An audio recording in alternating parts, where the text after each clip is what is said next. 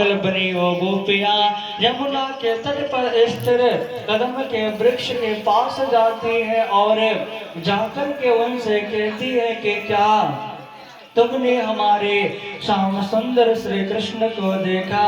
बताओ ना, क्या जमुना के पावन तट पे हमारे कन्हैया आए हुए थे? इस प्रकार अनेकों प्रकार से गोपियां बिना में कातर होकर के श्याम सुंदर को ढूंढती है, कहीं वन से, कहीं लताओं से, कहीं पुष्पों से। क्या तुमने हमारे कन्हैया को देखा? आगे बढ़ते बढ़ते देखते क्या है कि एक गोपी, एक कृष्ण आगे की ओर गए हुए हैं। तो समझ जाते हैं कि श्याम सुंदर हमसे अंतर ध्यान होकर के राधा जी के संग में रमण कर रहे हैं। ऐसे गोपियां जब ढूंढते हुए आगे जाते हैं तो देखते क्या है, पागल बनी वो राधा रानी एक कदम के वृक्ष के नीचे बैठे हुई है और अपने आप को कह रही है कि कन्हैया, मुझसे कौन से भूल हो गई जो तू हमसे अंतर ध्यान हो गई। तो एक बार राधा जी के संग में जब वृंदावन के पावन छटा को श्याम सुंदर राधा रानी को दिखा रहे थे, अब चलते चलते राधा रानी थक गई तो उन्होंने सोचा कि हम जैसा कहेंगे कन्हैया वैसा ही करेंगे, और कन्हैया से कहा कि देखो अब हमें चला नहीं जाता, यदि इससे आगे लेकर के चलना है तो तुम हमें अपने कंधे पे बिठाओ तभी हम चलेंगे। राधे के मन के भाव को श्याम सुंदर जान गए कि राधिके तुम्हारे मन में भी अहंकार आ गया। उसी समय श्याम सुंदर कहते हैं कि आओ आओ राधे, आकर के मेरे कंधे पे बैठ जाओ। जैसे ही राधा रानी आगे बढ़ती है उसी समय श्याम सुंदर अंतर ध्यान हो जाते हैं, राधा जी गिर पड़ती है। अब विरह में पागल राधा रानी उनको ढूंढने लगती है, कन्हैया मुझसे कौन से भूल हो गई जो तुम मुझसे अंतर ध्यान हो गई। इस प्रकार राधा रानी और जो गोपियां हैं सब विरह में कातर होकर के श्याम सुंदर को ढूंढने लगती है। नहीं मिलते हैं तो उनके पावन लीला जो ब्रज में उन्होंने की उन लीलाओं का अनुसरण करती है।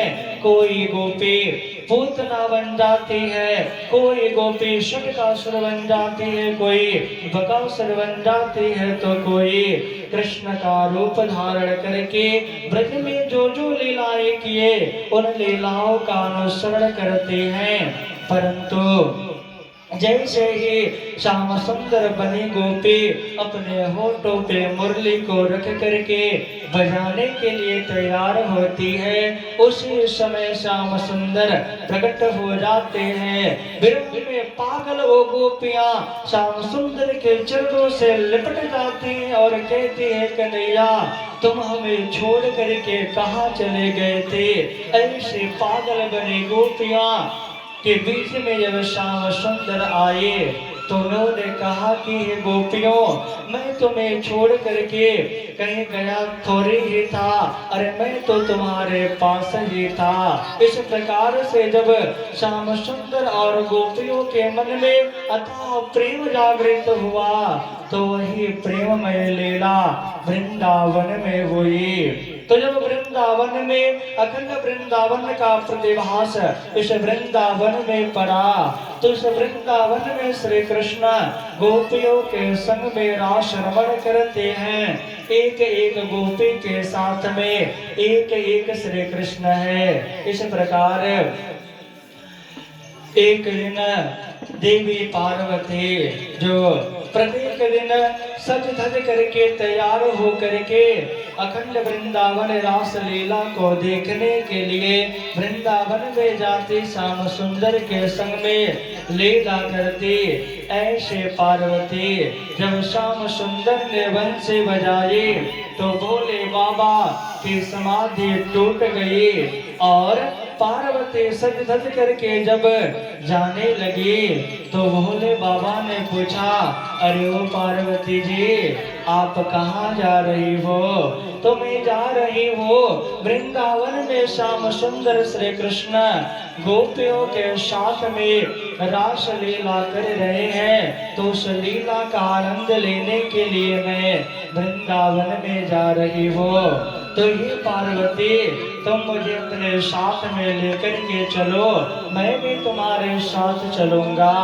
मानो पार्वती जी जब कहती हैं भोले बाबा, वहाँ पे किसी पुरुष का प्रवेश नहीं है, पुरुष तो केवल एक वही है, अपने भाव को प्रकट करती हैं।